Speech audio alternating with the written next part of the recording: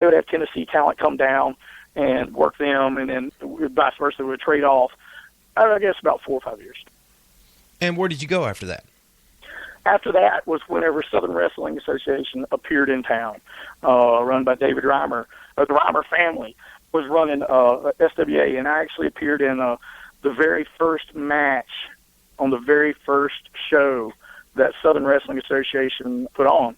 And it was me and Mario Bell and Viper. You have obviously been with SWA for a while. Yeah, for a good while. And the question from that is, what have you gained in your career with being with this company? I'm one of only 2 people to hold the Triple Crown with them. I've held every belt there, whatever belts that they had, the heavyweight tag team.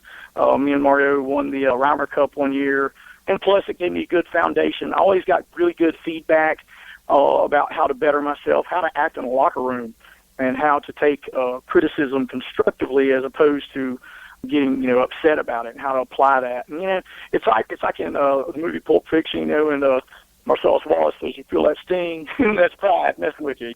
That was one thing that was important for me to learn, and not the hard way. I learned it by listening, and sure, it did sting whenever people would give me the criticism about the match, and sometimes it was harsh, but I applied that, and I became a better wrestler. Let's go back and talk about the personal side of Superlaw for just a second. Absolutely. You said that you had been a cop for 12 years. Yes, sir. What were some of your highlights while you were with the police department? Oh, God, I was a super adrenaline junkie. While I was at the police department, I got to do a whole lot of things. I worked on a SWAT team that was like a 3-man takedown team. It's kind of reminiscent of like The Shield, the show The Shield. It was also during the crack times when crack was big, and it was just rampant, and people were getting killed all the time, and it was awful. So being on the SWAT team was a pretty big deal to me. Whenever Eric Rudolph was called, the county where the chief deputy, where they call Eric Rudolph, called me personally at home and was like, "I need your team up here to come up and do security." So I got to be there for the Eric Rudolph arrest, the Olympic Park bomber, and the abortion clinic bomber. So I was there to keep people from trying to break him out of jail, because that's what they were afraid of, that the locals would come in and break him out of jail. Also, during that time, I was an instructor. I taught kids. I taught adults.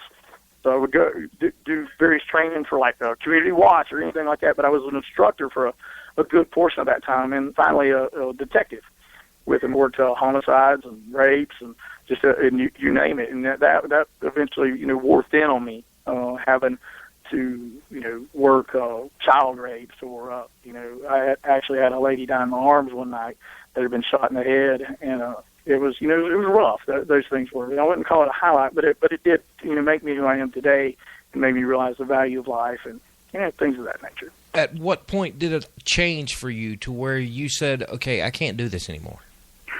It changed whenever I became so depressed and distraught, I guess, with human nature and with myself and unhappiness. And I go to the doctor one day and I tell him, I'm really feeling down, Doc, and he prescribes me a wonderful drug called Xanax. And I say that jokingly because it's an awful drug.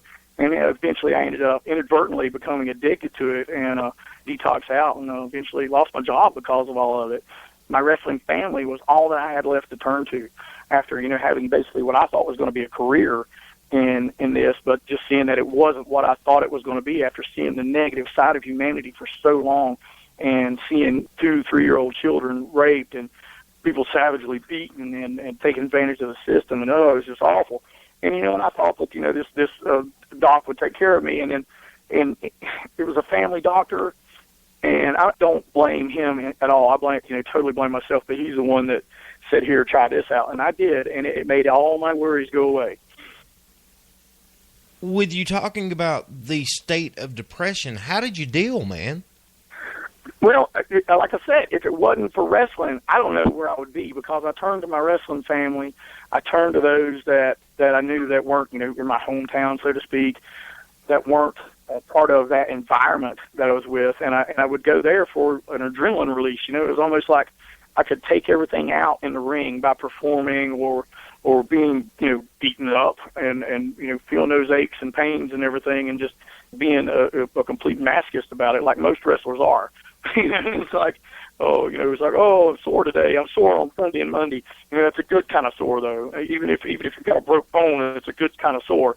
And it's something that I see a lot of, I guess I won't say I used it as a crutch, but I definitely used it as a coping mechanism to deal with getting away from reality. And that was not always a good thing. It was often turned into, me working these extremely hardcore matches, very violent, doing things that I probably shouldn't have done. My list of injuries is a mile long. I've been almost paralyzed. Well, I was on a walker for 2 months. I've had knee replacement. I've had a list of injuries so long, and it got to the point where I was careless with it and not really understanding that I'm there to be professional, to entertain, and I was just using it for personal gain. And I don't feel bad saying anything about that, because it happened, and it was, I did have fun. I had fun during all that, but then came the time when it was time to, wake up and see, like, are you going to be serious about this, or are you going to continue to be in barbed wire matches, and live tube matches, and whatever kind of match you can possibly imagine, I've been in. And it was, at what point do you change up, and do you do this as an entertainer, because that's your calling and everything. And so once the law enforcement was not prevalent in my life anymore, and once I was able to apply myself, to wrestling properly, without the use of, taking unneeded risks or, using prescription drugs or whatever to get through things, and seeing that it's a positive thing and a positive environment, and that people really do care about you, that the fans really care about you, and that your brothers and your sisters really do care about you, and it's not just like an environment where you're there to beat yourself up. Once I got to that point, my A game really stepped up, and I became the wrestler that I am today. Where I take it very seriously. I'm an entertainer. You may not think I'm being serious in the ring, because of a lot of comedy that's involved in it sometimes. So it may not appear like I'm being very serious, but I take it extremely serious. And that was the turnaround for me, was, realizing that moment that, like, hey, if you're going to have any longevity out of this, if you're going to stay in this business and you're going to perform, you're going to travel and work these different shows, then you can't be like that person. That's a flash in the pan. That's something that's self-destructive, and the fans will eventually catch on, and and your brothers and sisters or whatever will come to, they'll catch on. They know, they're wise.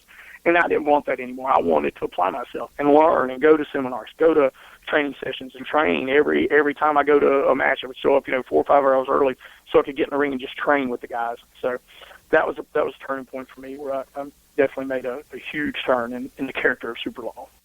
Carolina Independent Wrestling Report will be right back, right after this. Would it be crazy if you just stopped everything, packed your bags, and left for a week, a month, a year?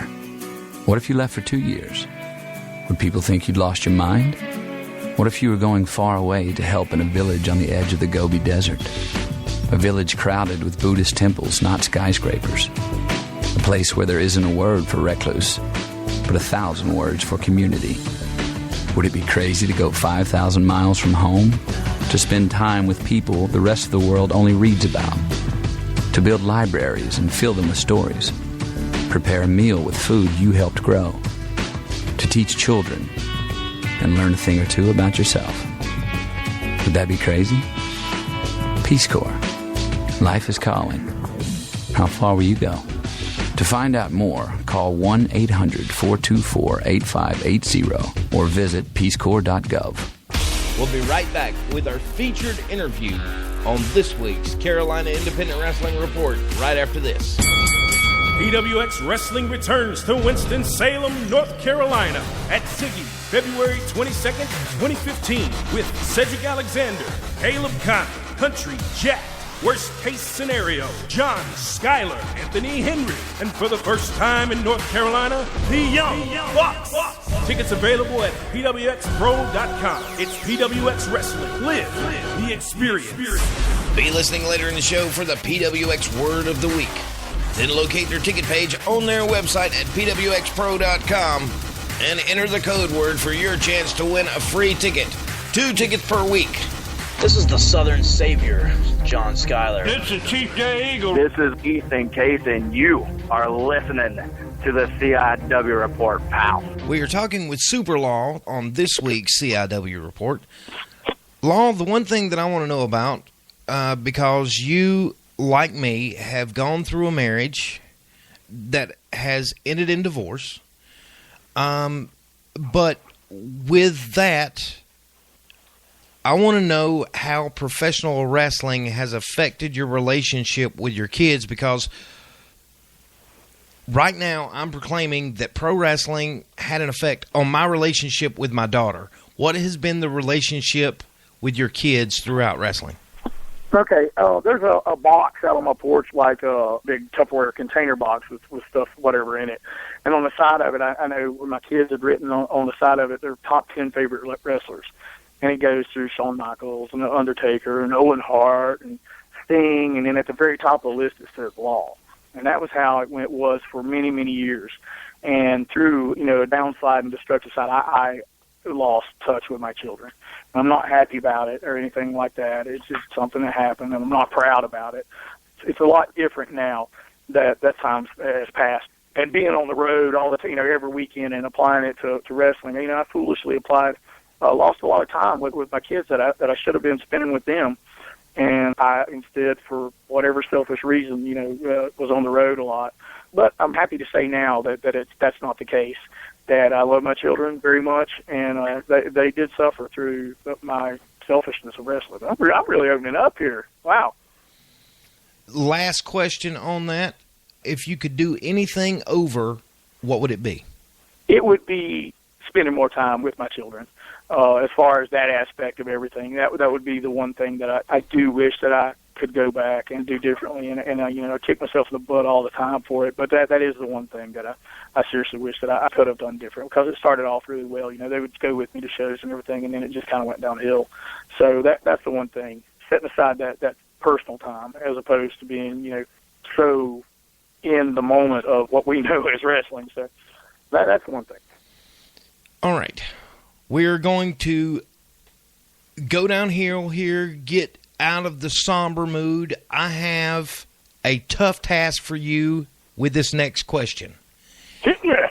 Everybody knows that you are a horror movie aficionado. Absolutely. I want you to give me your top 3 horror movies. Not a problem. First and foremost, Texas Chainsaw Massacre, the first one, hands down. One of my favorite movies. If you've been to my house, my bedroom door is the Texas Chainsaw Massacre door. I have a tattoo of, Texas Chainsaw Massacre. So yeah, definitely the number one pick. Let's see, number 2. Wow, let's see. Let's get deep about this. Okay, hold on a second. I'm holding on. We've already established that your first one is the Texas Chainsaw Massacre. I'm going to make it a little bit easier on you. Okay. Give me your top 5. What? That's not easier. That's harder. That's harder. I've got some strange picks for horror movies. I would go with the remake of Piranha. Have you seen this? No, I have not. Okay, the remake of Piranha, it's not necessarily a horror movie. It's a gore fest, but it is awesome. Oh, my gosh, it is so good. The remake is so good. It's effects-driven, but it's like the old-school effects, like where they have people that have lost limbs and stuff, and they will show up like they've been eaten up by a piranha. So Piranha, I love that movie. And I'm going to stick on the ocean motif. The very first movie I ever saw. Here we go. Superlaw trivia. This is why I am the way I am. Jaws. It is consistently rated the scariest movie of all time. It kept people out of the water for years. Third, I'll go with Audition, Japanese horror movie.